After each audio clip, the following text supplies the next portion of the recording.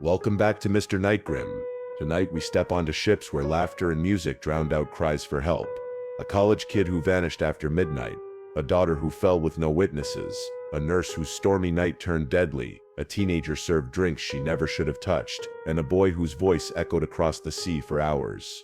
Hit like and subscribe for more, and if you've ever faced something this haunting, share your story in the comments. We would love to hear. Now let's go. I still hear the ship's engines when I try to sleep. It's a low, steady hum, the kind that travels through metal, into bone. If I focus on anything long enough, an air conditioner, the refrigerator, I can make it sound like that night again. I can make it sound like the moment they told us he was gone. We were four broke sophomores who pooled tax refunds and summer paychecks for a cheap spring cruise out of Florida on a ship called the Astra Solace, 12 decks of buffet steam karaoke, and a nightclub decorated like a neon aquarium. I went with my roommate Dev, his cousin Marcus, and our friend from Calc Dylan. I'll keep his name to myself. The rest of this is already enough. The first days blurred like they're supposed to. Sunscreen, slushy drinks, the slick smell of sunblock and hot teak, salt drying on forearms. We slept in an inside cabin on deck 8, bunks rattling each time the ship rolled. Dylan was the one who made everybody talk to strangers. He high-fived the line cook at the omelet station and befriended a retired couple from Ohio by asking which shape of hash brown tasted faster. Night 3, we hit the disco after dinner. It was crowded, loud, bass like a heartbeat you couldn't control. I remember sticky floors and the clack of ice in plastic cups and the way the DJ booth glowed in the dark mirrors. Dylan danced like a malfunctioning wind-up toy. The girls loved him for it. Around 1:30 though, you could see the crash coming on. He got that glassy, philosophical look and shouted over the music, "Gonna get air, man." I was sweating through my shirt and nodded. 20 minutes.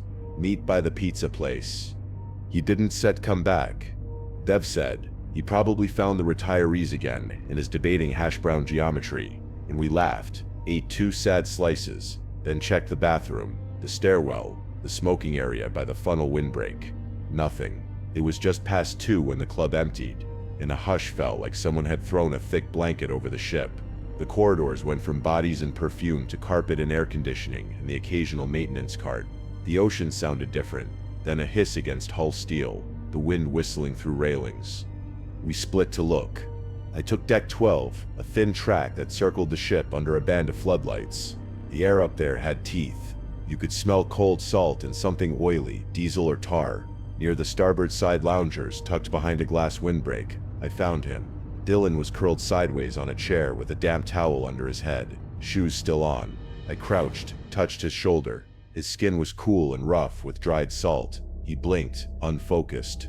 "You good?" I said. He gave me that busted grin. "The sky is moving," he mumbled. "That's kind of the thing." I tried to haul him up. He swatted me away without malice and turned his face toward the dark. He didn't smell like he'd puked, just sweat and the sugary ghost of whatever he'd been drinking. I tucked the towel higher on his neck and told him, 10 minutes. I'm coming back." If I had thrown him over my shoulder, then if I had stayed with him, the sentence starts there. Every time. When I returned, 10 minutes became 15. Marcus texted any sign. Dev checked casino. Nada. Asked guest Civ C. I jogged the loop again. The lounger was empty. The towel on the deck, like a shed skin. A wet streak gleamed under the windbreak leading to the rail, thin and viscous, the way something looks under stadium lights, like clear paint. I reached out without thinking, and smelled bile. My stomach dropped in a slow-motion way that made the world tilt, then right itself. "Dylan," I called. The word snatched away, shredded. The sea turned its face up, and all I could see was black. No shape, no hand. Nothing but the ship's wake, combed into luminous threads. We ran down 2 decks to guest services, where everything still smelled like lemon cleaner and coffee even at 2 a.m. A man in a blazer glanced at our faces, at our student bracelets. "What seems to be?" "Our friend," I said. "He was on deck 12 by the starboard loungers. Now he's gone." We think my mouth didn't want to shape the word. Dev did it for me. Overboard. The man's expression did something you learn to hate later. Professional concern, practiced calm. He picked up a phone. Someone in a beige uniform joined him. They spoke into radios using phrases that sounded both official and asleep. We kept saying the same things. Deck 12, starboard. He was there. We found vomit. He's not answering texts. The beige uniform said, security will review the recordings. Now I said, security will review the recordings, he repeated. It took 20 minutes for someone to bring us to a small room studded with screens. There was stale coffee on a warmer and a humming metal cabinet with a locked panel.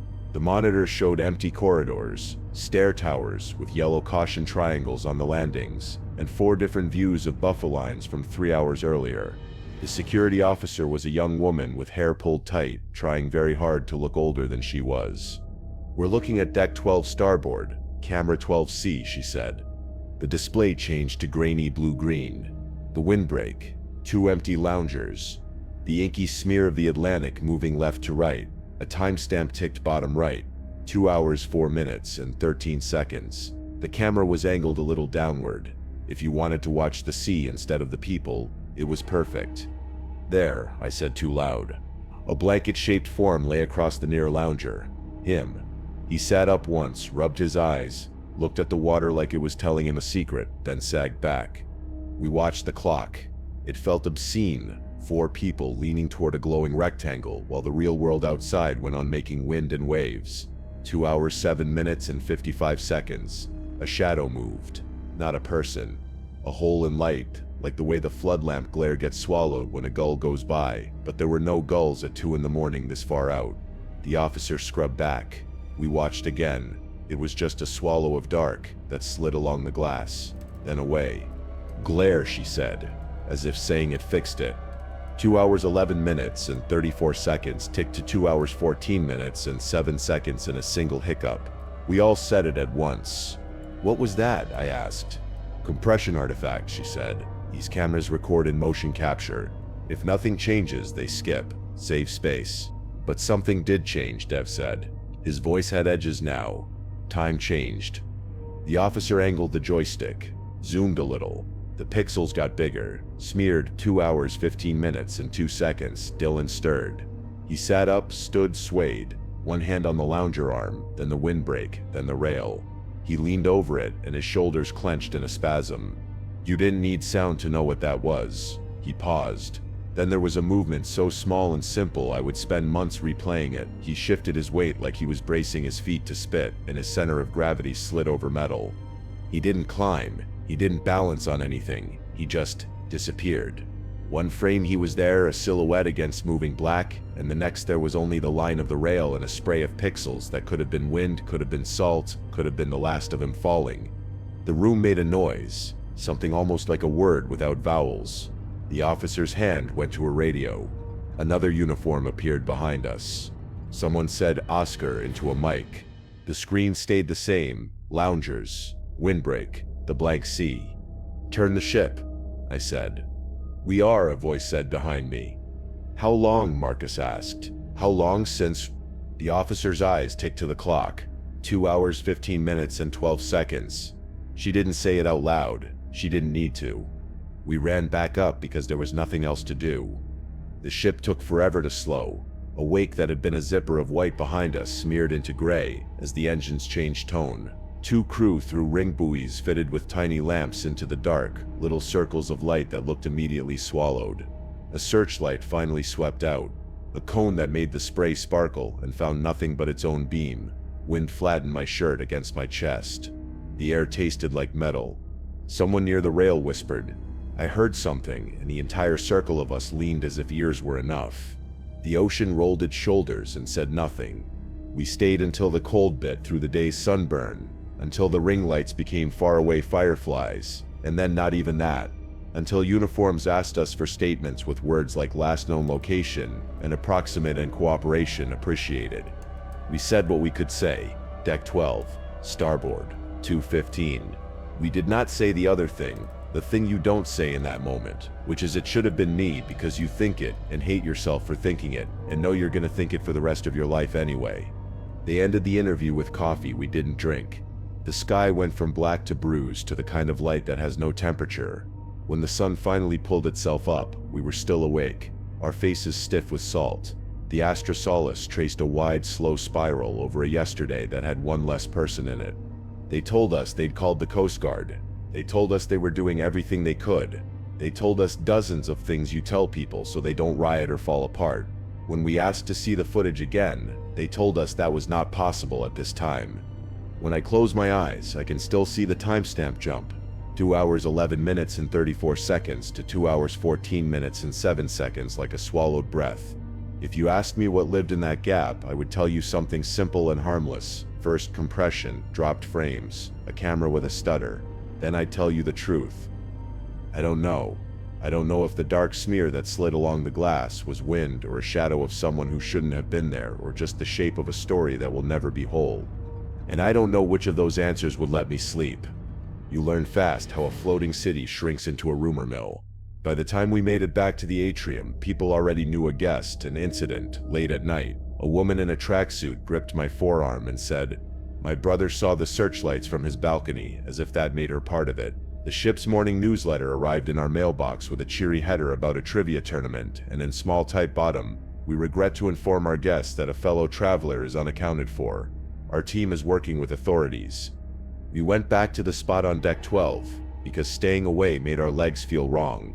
There was no tape, no marker. If you didn't know what had happened, it looked like any other piece of the ship: the plastic seam of the windbreak, the 2 loungers, the rail polished by 1,000 hands. Only the towel I'd tucked under his head was gone. A man in a grease-smudged deckhand uniform stood with his hands under his armpits like he was trying to keep them still. He had that look people get when they've seen something raw. He didn't speak to us, but he glanced at the windbreak, and then toward a gray door set into the bulkhead, CREXS only, with a scuffed brass latch. Dev leaned toward me. What if somebody came through there? Then the camera would. I stopped. The sentence fell off a cliff. Would what? Record it? Skip it? Get scared? And jump 3 minutes into the future? We weren't the only ones with theories. We heard them like static as the day unfolded.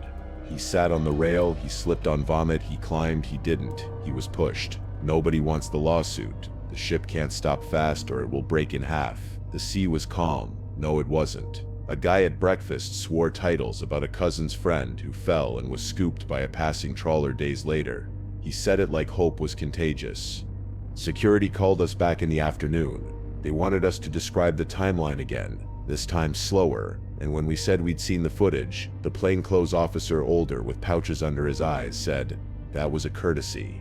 Please don't discuss it with other guests." Then he slid a piece of paper across the table for us to sign, confirming we understood the request. "Can we have a copy?" I asked. "Not possible," he said.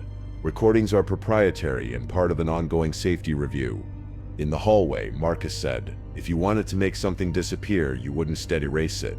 You instead leave just enough that it looks like the truth." "What does that even mean?" Dev asked. "I don't know," Marcus said. He sounded tired of his own brain. Near sunset, we found the spot again. The sea was deceptively pretty, blue like it had never heard of night. A woman with runner's calves paused on the track and said, "I come up here at 2 sometimes, less wind behind the glass. Last night I heard banging, like someone knocking on the plexi from the wrong side." She laughed in a way that wasn't laughter, clamped her mouth shut, and jogged on. We didn't sleep. The cruise didn't stop. It can't. The restaurant served. A comedian did a PG-13 show. The pool rustled like an enclosed sea. Somewhere below the waterline, the engines groaned and steadied and groaned again. At 5, men in overalls hosed salt from decks, the water sluicing towards scuppers that smelled like rotten metal. At 9, the captain came over the PA and thanked everyone for their patience. He mentioned cooperation with authorities and could not answer questions right now. We got a letter the next day. White paper, ship's logo in blue. It had our names printed correctly. "We understand this is a difficult time. We are committed to care and safety." It listed a timeline that looked almost like ours. 141 left nightclub, 2:15, last observed on deck 12 starboard, 2:38 vessel initiated response procedures. That number was the one that crawled under my skin, 2:38. The night watch had hustled us into that security room at 2:33. I'd watched the clock when the alarm went out. Maybe I remembered wrong, maybe numbers blur, but I had the shape of the minute hand in my head like a scar, and this letter told a story that sanded edges smooth. I tried to file a request later, weeks later, through an attorney I found online who handled maritime incidents. The cruise line's response was a packet of glossy pamphlets about safety initiatives, and a statement that footage can be retained up to 30 days, at the company's discretion, and was not available for release. The Coast Guard sent a politely worded letter that used the phrase exhaustive search. They had tracked currents, winds, drift models. They were sorry. So were we. Sometimes I think about the missing minutes and try to give them something ordinary. A buffer writing to a hard drive, an engineer swapping a backup, a bird, a low cloud, a glitch you'd never notice, except on the night someone doesn't come home. Other times I see something that won't leave. When I tuck the towel under his neck, the windbreak's glass turned the deck into a doubled reflection.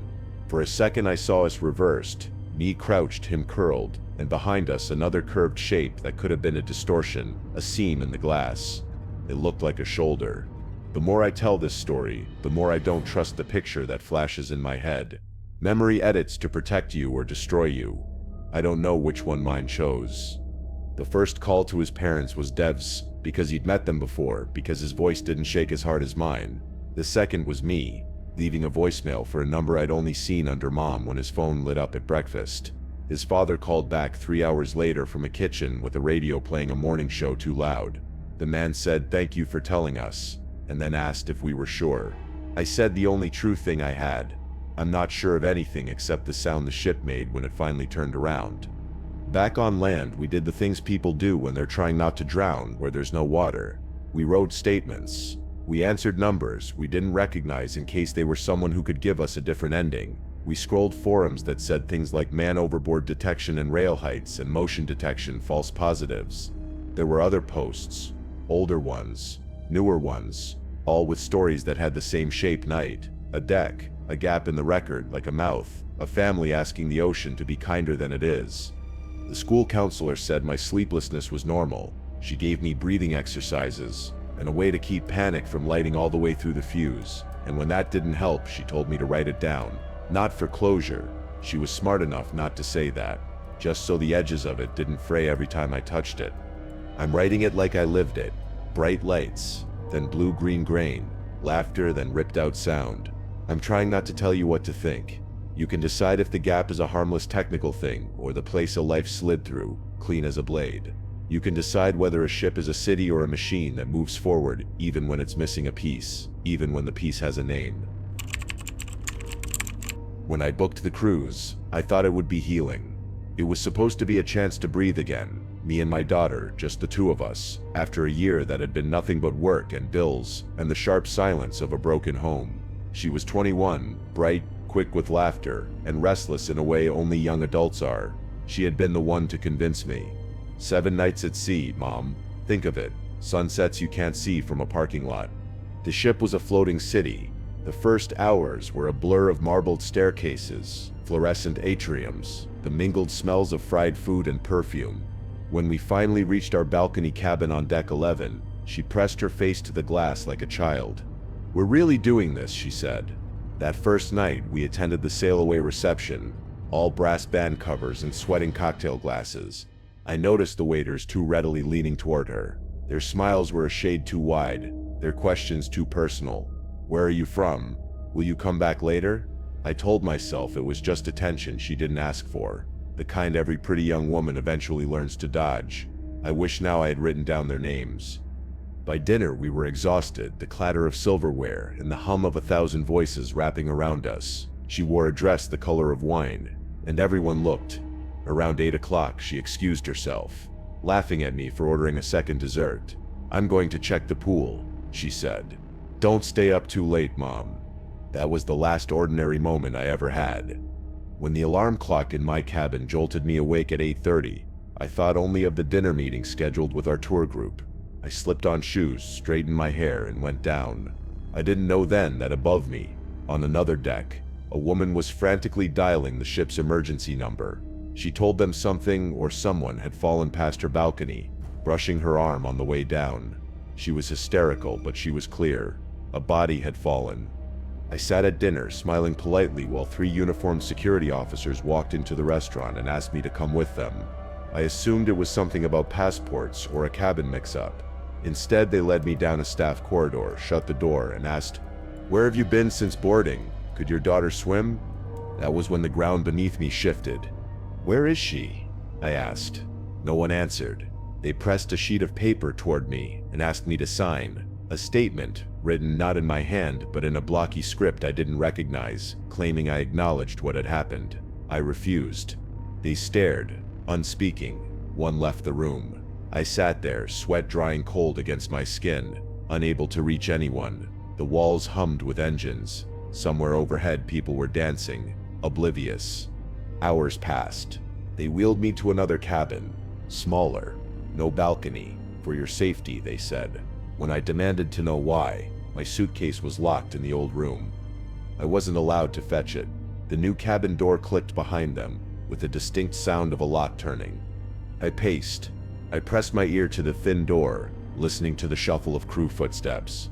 Midnight came, and I still had no answer. I thought of her by the pool, bare feet on slick tile, and tried to force myself to believe she was only with friends, that she would come tapping at the door with that apologetic laugh. But at 1 in the morning, I heard the emergency call echo across the ship. The words were indistinct, swallowed by static and the hum of the ship's speakers, but the tone was clear. A search was starting. It wasn't until nearly 2 hours later that they told me she had gone overboard. No details, no witnesses. Only that phrase, "gone overboard," as though the sea had reached up and claimed her. I screamed then, I think. I don't remember much after that, except being pushed back into the small cabin while voices murmured outside. I was not allowed to see the captain, only his assistant. I asked for my daughter's belongings, her phone, anything. They refused. The ship didn't stop. It couldn't. That was the excuse. I pressed my face to the round porthole and saw only black water flecked with foam. Somewhere in that water was my daughter. Somewhere behind the locked doors of the ship was the truth of what happened to her. And then came the rumors. The next morning, while I was still kept apart, they circulated a letter to the passengers. I wasn't allowed to see it, but whispers carried through the hall. The letter said she had been reckless, that she had climbed the rail. None of it was true, but the story spread like oil on water. I heard laughter outside my door, hushed voices saying, "Did you hear about the girl?" The cruise line had already shaped her death into something convenient for them. I was given no luggage, no clothes, except what I bought at the gift shop. They kept the receipts. Every detail was managed, as though I were a liability rather than a grieving mother. At breakfast time, I heard another passenger ask where I was. They were told I had gone home, but I was still there, confined, waiting, invisible. What haunts me most isn't only the fall or the silence or the locked doors. It's what came out later. Other guests told me they had seen crew at the reception the first night, leaning too close to her, asking her to meet them. I had noticed it too, but brushed it off.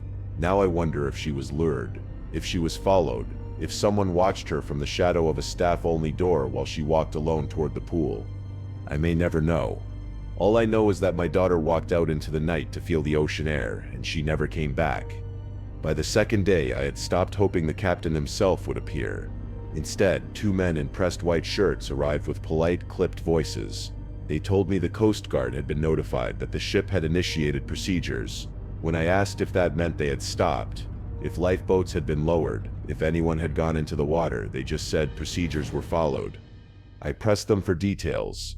What time she was last seen, who made the report, where exactly she fell. One finally sighed, as if I were a stubborn child. There was a passenger who claimed something brushed her arm as it fell past her balcony. We cannot confirm what it was. The witness was distraught. Distressed, she called 911 from her cabin, screaming. They brushed her off the same way they brushed me off. By the afternoon, I was allowed back into my original cabin for only 15 minutes, escorted by security. My daughter's clothes lay folded on her bed, untouched. Her phone was missing. It has been secured as part of the investigation, one officer said when I asked. I knew then I might never see it again. Evidence, once swallowed by the ship, belonged to them. I walked the deck myself when they weren't watching. I wanted to feel the rail, to see the angle, to imagine what might have happened. The wind was sharp, tearing at my hair, the ocean roaring below. I leaned against the railing and thought she was not reckless. She was not suicidal. Someone was with her. I turned and saw the gray doors marked crew only, lined along the walls. Every few meters, another mouth that opened into unseen passages. Behind one of those doors, men in uniforms moved unseen. Anyone could slip out, unseen, and vanish again. Other passengers began to whisper when I passed. I caught pieces, that's her mother. She was drinking. She climbed up. Lies spread quicker than truth when an official letter gives them permission, and I was silenced in my cabin while the story hardened like wet cement. The second night I dreamed of her knocking, 3 quick knocks against glass. I woke to the sound of engines grinding low as the ship adjusted course. I pressed my face to the porthole and thought I saw something white bobbing far off in the black. A wave rose and swallowed it before I could even be sure. In St. Thomas, investigators boarded. The FBI, they said, men with clipboards and empty eyes. They asked me questions in a measured tone, then shifted to the crew. I watched them laugh with an officer outside the corridor, as though this were all paperwork. I begged for answers. Do you know if she jumped? If someone was with her? They refused to say. When we finally disembarked, they escorted me separately from the group. My friends from the tour, the ones who had promised this trip would be a memory of joy, barely saw me leave. I was placed on a different flight. My suitcase was returned half empty. Her belongings never came home. Only later did I piece together what the other passengers had said. Some had noticed how the waiters hovered over her at the welcome reception, how they leaned close and whispered invitations that made her uncomfortable. She told me herself, lightly, that she found it strange. They're not supposed to flirt with passengers, right? She said with a smile. I should have done more than nod. That smile is the last one I remember. The truth is locked somewhere in those missing hours, between her walking toward the pool deck and a passenger screaming that something had brushed her arm as it plummeted past. Did she lean on the rail and slip? Did someone follow her, coax her, corner her? Did she fight? The footage exists. I know it does. Every hallway, every deck, every balcony is under surveillance. And yet when I demanded to see it, I was told only this: it is under review. You will be contacted. It has been years. No one has contacted me. I didn't know storms at sea have a smell until that cruise. The sour metal breath of rain before it finds you, the ghost of diesel that lives in the carpets, the way the air gets colder under the balcony overhangs like the ship's shadow has teeth. There were 4 of us traveling together, me and my husband and our friends from the clinic, Lena, a nurse small enough to disappear into an oversized hoodie, and her boyfriend Gabe. I knew them from night shift. Lena worked the hard rooms without complaining and ate dinner out of a lunchbox labeled with her name in a careful hand. She wore her hair in a tight bun that always came apart by 3 a.m., a halo of flyaways she smoothed back with 2 fingers and a sigh. She had the hollowed look people get when their house isn't safe. No one had to say it. The purple-yellow bloom once under one eye said it. The way Gabe's hand never rested on her shoulder so much as pinned it said it. I didn't want to spend a week with him, but we shared an adjoining pair of balcony cabins on deck 10 with a door between the rooms and a partition between the balconies. It'll be fun, Lena promised on the day we booked. We'll sleep and eat and forget what a code blue sounds like. She said it like a dare. On the 4th evening, the ship posted a weather advisory in the atrium. Low pressure, squalls after sunset. The violin trio played anyway, the notes bending under the air conditioning. By dinner, the sea outside had gone from glossy to corrugated. Glassware chimed in time with the ship's slow knees. Our waiter tightened silver lids over bread baskets to keep them from sliding. Gabe drank hard, expensive wine because he wanted to tell the table he knew what oak tasted like, then 2 bourbons for the storm. He tried to pour one into Lena's water glass to be funny. She moved the glass with a small practiced motion and smiled without letting it reach her eyes. The time sticks in my head because of the show reservations I'd made for 8 at 7:20. We were deciding between tiramisu and a cheese plate. At 7:28, according to a timestamp I will remember until I die, Lena and Gabe walked the long carpeted hall to their stateroom. We didn't know that then. We only knew our friends excused themselves. Lena said she wanted to change shoes before we went to the theater. Gabe said he wanted to drop a bottle in their room. We'll meet you, he said, nudging her with his elbow like a gentle shove, the kind that makes other people think it's affection. The atrium bar piano started a torch song. My husband asked if we should run up with them. I said no, we'd be late for the show. I regret the sentence like a physical thing. The weather hit in one push. By the time we reached our cabin to grab sweaters, the balcony door whined in its frame, and the air outside had the raw taste of aluminum. Rain came in sideways. Everything, the lounge chair cushions, the little table bolted to the deck, was darkened with it. Gabe knocked through the connecting door between our rooms at 7:36, exactly the way people knock when they think a space is already theirs. He came in without waiting, grinning like the storm belonged to him. "Marcus and I are headed next door," he said to my husband, naming a guy he'd met the night before at the casino. "Cards." He turned to me and lifted his eyebrows. "She's changing. You ladies can be late to the show together," he said, late like it was a slur. He used the smell of rain to justify whiskey on his breath.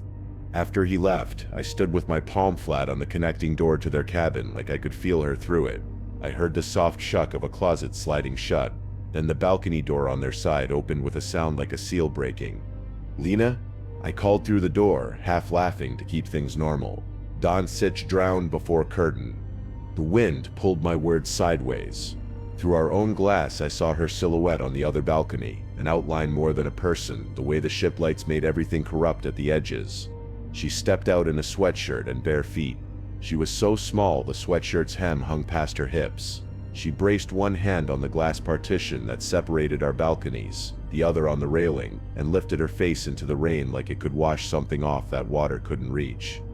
I slid our balcony door open a few inches and cold came in like a hand. It slapped the breath out of me. "Lena."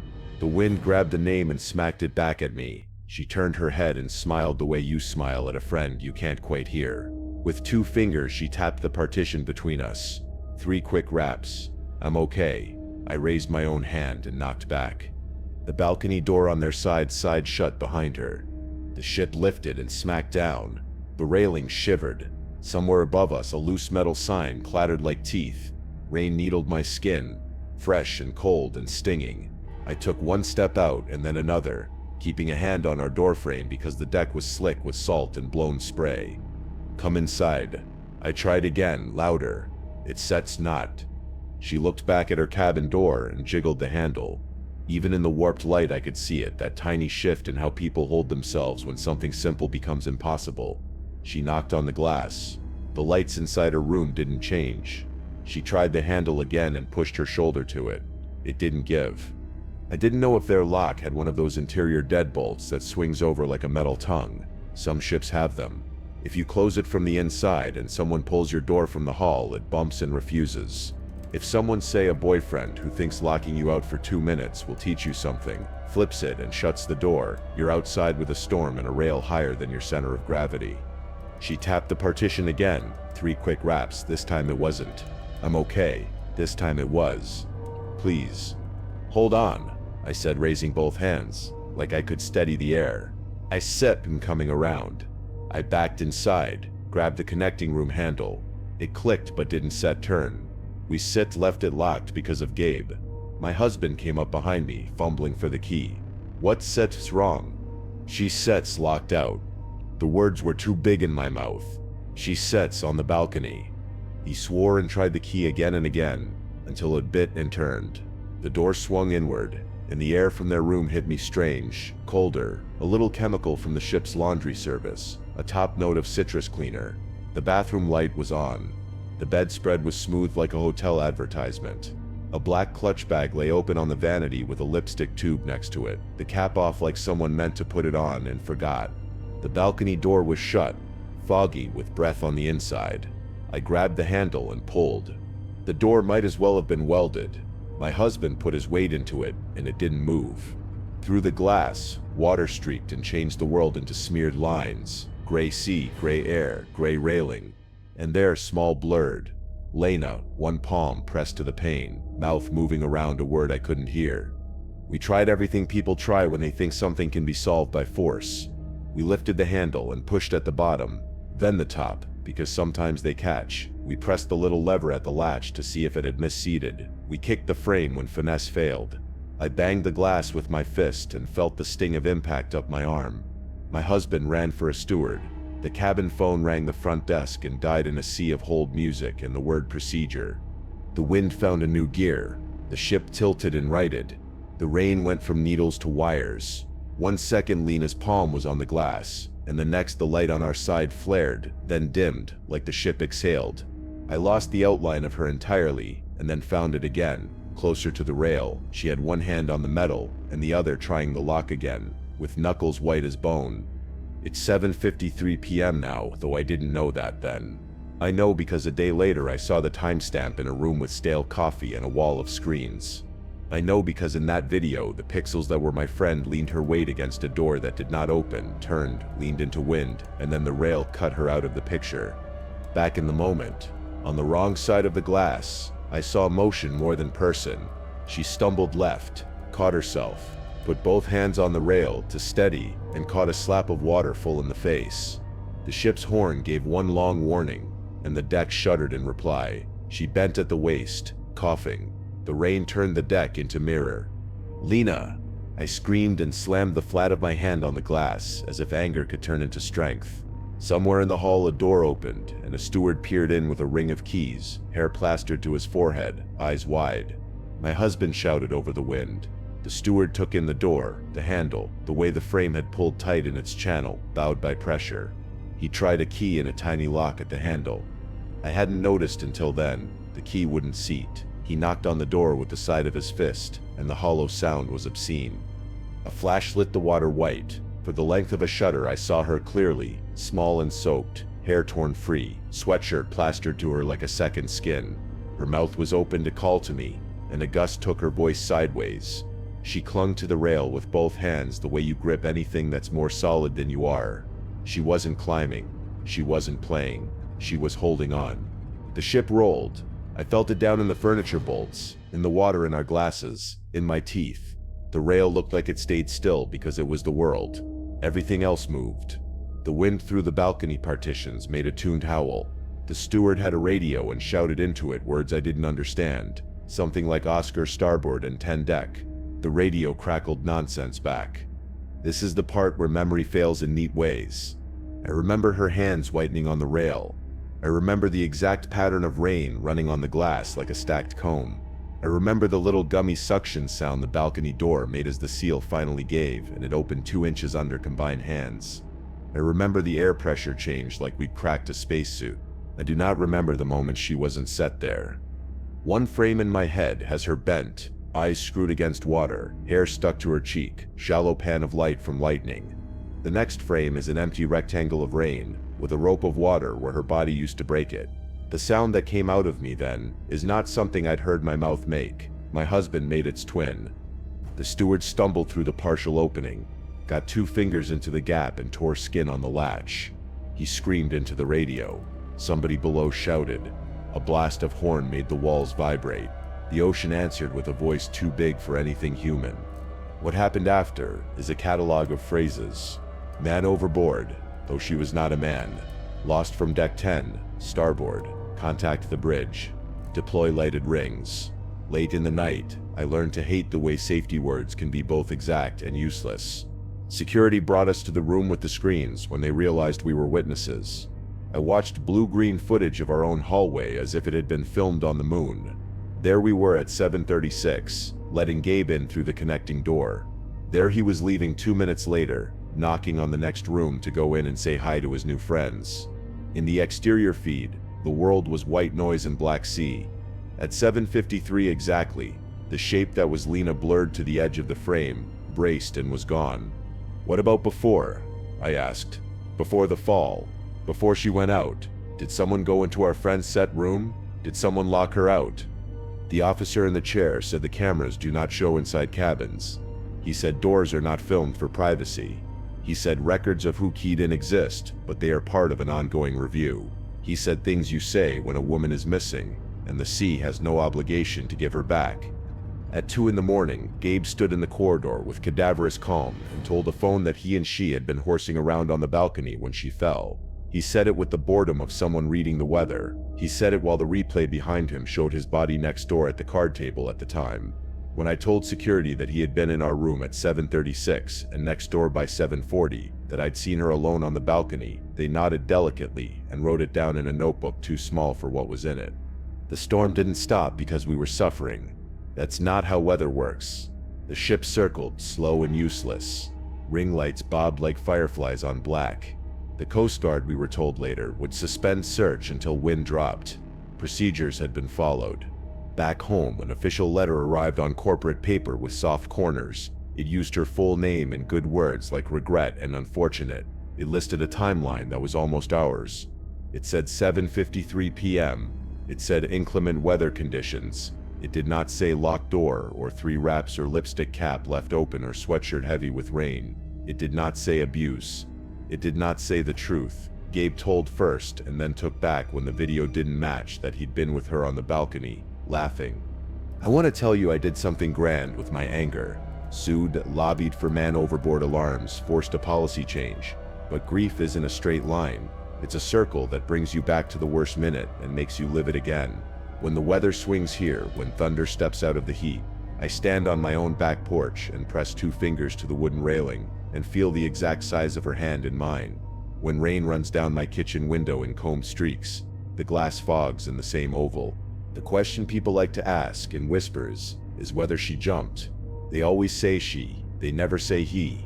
I could answer with physics, the rail height versus her height, the angle of the deck in a swell, the way a human body moves when it's trying not to die.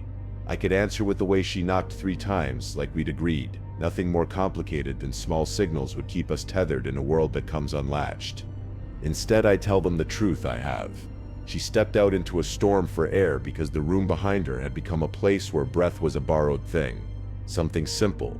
A latch, a lock, a habit of control turned a balcony into a ledge. Wind did the rest. The ocean finished it. I never thought I'd tell this story outside of my own family, but if you're listening now, understand what I'm about to describe really happened, and the sea has never given us our daughter back. We boarded the ship on a cold January afternoon. The Costa Magia, owned by Carnival, gleamed like a floating hotel with neon banners and smiling staff. To us, it was supposed to be a holiday of a lifetime.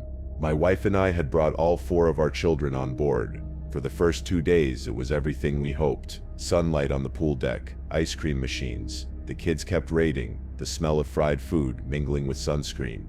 Our youngest daughters, Lindsay, 15, and Imelda, 12, spent every moment exploring. They loved that they could walk the decks without us hovering. We gave them boundaries, an hour to roam, then back to the cabin to check in. We thought we were teaching them independence. That decision destroyed us. On the 3rd night, Lindsay and her 16-year-old friend were allowed an hour to wander. We told them no bars, no trouble. It should have been safe. But when she didn't come back at the agreed time, worry crept in. We went searching. It was her older sister who found her first. She was at a bar, one hidden away on a quiet deck, far from the main atrium. It wasn't the bustling karaoke bar or the casino lounge, but a dim corner where a handful of middle-aged men leaned against polished wood. Lindsay sat at the bar itself, her small frame perched on a stool too high for her legs to reach the footrest. She was quiet, her eyes glassy, and in front of her, unmistakable, a half-empty glass she was too young to even order. The bartender was middle-aged, balding, chatting with her like she was just another paying guest. The other men at the bar looked on with something I can only describe as approval. Later, we would learn that he'd given her and her friend drinks on the house, even cigarettes. Our daughter, 15 years old, was being served alcohol, groomed into silence, while staff who should have known better looked away. When we confronted her, she hardly reacted. We walked her back to our cabin, angry but more than that, confused. She moved with the heavy, clumsy steps of someone far more intoxicated than a single drink could cause. My wife pressed a large bottle of water into her hands. She nodded, but barely drank. Her eyes didn't focus. She whispered, "I'm fine," but her voice was sluggish. We didn't know then how lethal the amount of alcohol in her system really was. She collapsed onto her bed fully clothed. Sandra, my wife, stroked her hair and told her, "We'll talk in the morning." I leaned down, kissed her cheek, whispered, "I love you," and shut the cabin door. It was the last thing I ever said to her. Minutes later, Imelda, our youngest, let out a scream that froze the blood in my veins. We ran back into the room. Imelda stood on the balcony, pointing, her face white. She fell. Lindsay fell. The world slowed down. I ran to the balcony rail, the night air slamming into me, and looked down. The sea boiled black and endless below. There was no sign of her. The ship didn't stop. It took 15 minutes, 15 endless, screaming minutes, before the great engines began to ease, and the bow tilted slightly, slowing our progress. By then, the current had already dragged us far from the point she had gone over. The white foam from the wake stretched out like an accusation, pointing into darkness. And in those 15 minutes, the only immediate rescue came not from crew, not from officers, not from the captain, but from a stranger. A man, an ordinary passenger, had seen her fall. Without hesitation, he grabbed life buoys from the rack and hurled them into the water, one after another. They bobbed in the black waves, tiny circles of hope. He leaned so far over the rail, I thought he'd fall himself. His face, his name, I never got. He disappeared into the crowd after. All I know is that he was the only one who tried. No lifeboats were launched. No searchlights immediately swept the water. The crew tossed a few more life rings from the deck and shouted to each other in clipped Italian, but no one went into the water. The captain announced later that procedures had been followed, but we stood there watching the trail of buoys drift away, the ocean's skin unbroken, and new procedures had stolen our child. The official search began too late. Helicopters were mentioned in reports, but from where we stood on deck, we never saw them. What we saw was darkness. What we heard was silence. What we felt was the absence of our daughter. We demanded answers. How could she have been served alcohol at 15? How could staff allow her and her friend to sit at a bar hidden on an upper deck and not intervene? Why did the ship continue at full speed for 15 minutes before even slowing? Why were no boats launched? We received nothing but half-truths and denials. The bartender, we were told, was not available for questioning. The captain assured us every effort had been made, though we had stood there ourselves, watching nothing happen. Imelda sobbed into her sister Sep's empty bed. Her words haunt me. I saw her lean on the rail. I tried to grab her. She was gone before I could scream. Our family came home shattered. We returned with 3 children instead of 4, and in our luggage, folded carefully, were Lindsay's clothes, still carrying the faint scent of her perfume, never worn again. We are broken people now. The cruise line has continued sailing, sending out glossy brochures promising safety and family fun. But for us, every image of a white ship on blue water is a coffin. We never found Lindsay's body. The ocean keeps her. And I keep replaying that night, the bartender's smirk, the hidden bar, the 15 lost minutes, the faceless man throwing buoys into the dark. New Year's cruises are designed to make you forget how time works. They pump music through every stairwell, feed you until midnight isn't a number anymore, and light the sky so bright you can't tell where the ship ends and the night begins. We were 19 and invincible, 4 friends who'd scraped together money from holiday shifts to spend 1 week aboard the Aurora Blue, a budget liner with a name that sounded like a promise. There was me, my cousin Matt, my roommate Dylan, and Evan. I'll say his name because I still hear it when I sleep. Evan was the tall one, all elbows and laugh. The kind of kid who danced like his bones didn't have hinges. He could make a waiter grin, a baby stop crying, a table of strangers feel like a reunion. New Year's Eve fell on our second to last night at sea. Everything smelled like champagne and wet deckwood. The atrium was garlanded with metallic streamers that shivered each time the ship leaned. We did it all. Buffet, show, karaoke, where Evan tried to sing the high part and cracked in a way that made the whole bar cheer. Midnight came in a confetti storm.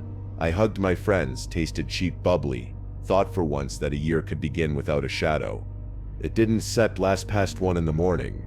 Something small shifted in Evan after the countdown. I couldn't name it then. The club lights made everyone beautiful and blurred. He smiled, but his smile got stuck. He missed a lyric he wouldn't miss. On the way out of the lounge, he told me, "I'm going to get air," like the words weighed more than they should. I said I'd go with him. He shook his head. Just give me a minute. We set a meeting point by the all-night pizza counter because you're still teenagers even when you're on a floating city. I remember the pepperoni grease on Matt's napkin, the sound of ice clacking in plastic cups as the staff reset the bar for morning, the way the floor swayed under us like a breath you could feel.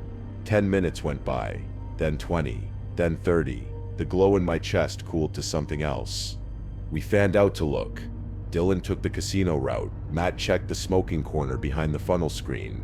I went up to deck 11, where a jogging track looped the ship under a ribbon of floodlights. The air had teeth up there, cold enough to sting your throat. With every step, the deck whispered under my shoes, wet from a mist that never settled into rain. The smell of diesel, salt, and wet rope hung in the dark like a taste. I found no one, just empty loungers. A bar closed behind a corrugated shutter, a crew door with excess only stenciled on it in flaking paint. The wind shoved at me. I shoved back. The scream came from 2 decks below. A single sharp note, cut off mid-breath. Then footsteps and a voice I didn't set no.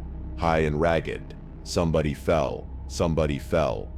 By the time I reached deck 9, the corridor had turned into a current, bare feet, robes, faces pulled tight. A girl in a silver dress had her back to the rail, arm clamped to her side like she was holding herself together. He brushed my arm. She kept saying to no one in particular, eyes blown and fixed. Something brushed my arm. "What did you see?" I asked, grabbing the rail as the ship rolled. "Over," she said, and her lips went the color of paper. He went over. Matt appeared at my shoulder, breathing hard. "Anything?" "Over," the girl repeated, and flinched like the word hurt her mouth. We looked down. The ocean didn't look like water. It was a moving street of black scalloped with the ship's wake. Every now and then the prop wash lit a brief, viscous white and disappeared again as if the light didn't want to be there. Then, from the dark, a voice, small, at first, farther off than your brain wanted it to be. "Help!" The word changed the air. In an instant, everyone near the rail went quiet, like sound itself leaned in to listen. "Help!" Clearer, coming from starboard aft, somewhere behind our tail. We sprinted to the stern, banging hips on chair corners, slipping on the wet deck. By the rail, 2 boys we didn't know were already heaving anything they could seize. A table, then 2 chairs into the sea, as if geometry might deliver a raft in pieces. "Life ring," someone yelled. A man in a pajama top ripped a buoy from its bracket, fumbled with a strap, and hurled it.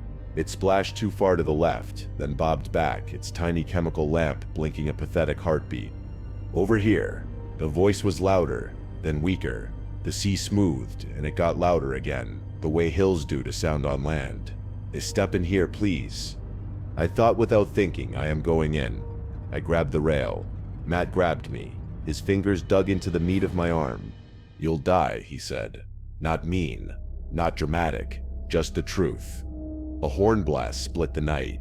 It trembled through the soles of my feet and into my teeth. Doors spilled crew in yellow vests who began to shout into radios. A searchlight blinked alive and threw a pale cone across the waves, making the spray look like a blizzard and the dark look darker. The Aurora Blue kept running. You don't stop a ship like a car. Engines were throttled back, the wake changed shape, but forward motion pulled us away from where his voice was. The first rescue boat swung on its davit. It groaned like an animal and then stuck. The crew hauled lines through wet hands. The block jammed somewhere above. One of the officers swore, eyes flicking at the bridge windows up above, squares of black glass faceless. Radio chatter escalated and flattened at once, a chorus of phrases that didn't sound like language anymore. The voice was still out there, softer, frayed. "Here. I subbed him here." A second boat clattered onto guide rails. A crewman yanked the starter like he was trying to start a lawnmower that had never seen grass. It coughed twice and died. He tried again. Again. Nothing. The officer threw a look at the sky that might have been a prayer or a curse. The crowd at the rail murmured, this unbelieving rising sound that was part wail and part question. From somewhere behind us, the girl in the silver dress started sobbing. He touched me, like that was the only way her brain could prove to itself that he was real. We heard him again, thin as a wire. "Help. I can't." And then the rest of the sentence fell into the water. Men in overalls finally freed the jammed davit. The first boat swung, the second sputtered to grudging life, a third was already lowering on the opposite side. And then a command from the bridge sent the third roaring the wrong direction, port instead of starboard, its searchlight carving a useless path across empty black. Someone corrected. The boat looped a sloppy arc, dropped into a trough, came up with white water in its wake. I have dreams where I'm running down that deck and the physics betray me. The ship taking the smallest possible bite out of a turn, the engines humming a single note of patience that does not belong to mammals, not to hearts. "Andrew." A woman screamed from 2 balconies up, a name but not his, a human sound at least. Evan cried out again, closer, then farther, the sea playing telephone. The light found nothing but fists of wave crests and the reflection of our own faces. A ring buoy landed 10 yards short and drifted away from where we thought his voice was. 2 meters of swell can hide anything. A head, a life, your last good choice. Hold on, I yelled as if volume could do physics. Evan, hold on. There are minutes I could draw for you now, and felt tip 158 when the horn went, 207 when the first boat kissed water and slewed sideways, 218 when the searchlight painted a shape we all thought was him and turned out to be the trunk of a chair already waterlogged into surrender. These aren't from the ship's log. I don't have that. They're from the way my body remembers. They're from what I read the next morning in a police station report in Brisbane. I wasn't supposed to see, from what a crewman mumbled without meeting my eyes, from the bridge rumor that they could still hear him at 250. From the bridge they could hear him and still they could not find him. In the end, there was a last help. Then there was a sound that might have been a cough or a wave or the water punching his lungs. Someone said, "He's under," in the voice you use when you're trying to warn and confess at the same time. The searchlight's cone widened and slowed like it was tired. We stayed. We stayed even when the cold made our teeth hurt, even when crew begged us to clear the stern for operational access. We stayed with fingers cramped around the rail and eyes burning and throats raw from shouting a name into a machine that did not care. At 4 in the morning, blades thumped the air. The helicopter like a portable sun. It beat circles over the search grid, casting a second moon on the water. Its light found our own lost rings blinking, and the broken tops of waves in the wake we'd left of ourselves. It did not find him. At 7, the horizon went pink in a way that made me want to throw up. There is nothing so obscene as sunrise. On a night you needed to stay dark. The captain came on the PA with a voice designed for bad weather. He said we had done everything we could. He said the Coast Guard was on scene. He said he could not answer questions.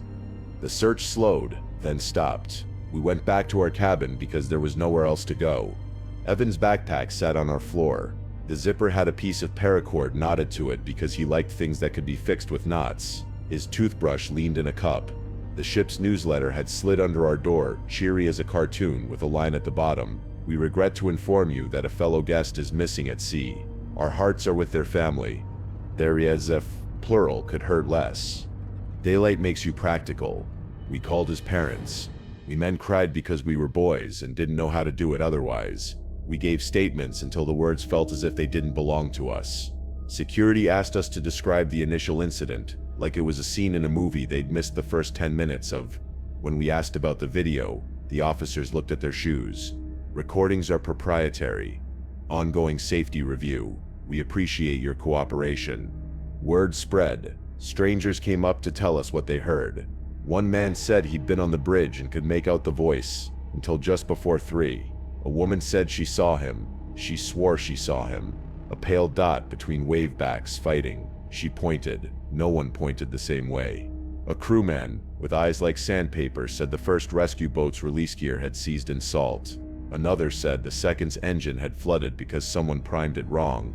The third, he said with a shrug, had a new guy at the helm. None of it changed the water. On land, we hired a helicopter with money none of us had. The pilot traced patterns over green and blue that looked like vacation until you remembered that if you were a body, currents could make you appear anywhere but where the map said. We found plastic chairs, a cooler lid, a life ring that blinked out as its battery died. We did not find Evan. We asked for the tapes. The company declined, citing policy. We asked for the maintenance logs on the rescue boats. They said the boats were in compliance. We asked for the bridge audio. They said it was not available. We asked to see anything that showed the minutes between 150 and 250, and the way the answer stayed the same made me understand that a ship is not a hotel, it is a nation, and on it the law is whatever keeps the machine moving. Weeks later, I woke at 2:50 with the sound of a voice under my window. My apartment is 10 miles from the sea. The sound ran up the heating pipe from the basement and into my pillow. I went outside barefoot and stood on asphalt while a coyote crossed the street and looked at me with the eyes of an animal that understands hunger better than grief. I said, "Hold on," to the empty dark. I know how stupid that sounds. I said it anyway, because saying it is the only thing I had left to do. People ask if he fell, if he jumped, if someone pushed him. I answer what I can. He was upset about what? I won't print here. He went alone to get air. He was 19, which means he believed both in his own immortality and the simple physics of a rail. He leaned to look at the night, and the night leaned back. After that, the facts have timestamps and engine numbers, not why. What lives with me are the small, precise sensory things. The diesel bite in the wind, the metallic taste of the horn in my teeth, the way the searchlight made rain look like snow, the rubber roughness of the life ring strap in my hand, a stranger's knuckles white around the rail, and a voice that kept finding us out of the black, louder, softer, closer, farther, like the ocean was breathing him in and out, deciding. The officer on the bridge told a reporter later that they could hear a male voice calling help until 2:50. After that, nothing. I have tried to imagine what the last thing he saw was, the underside of the ship like a wall, the moon finally making a hole in the clouds, a ring just out of reach blinking like a tiny lighthouse. I refuse to imagine the other thing,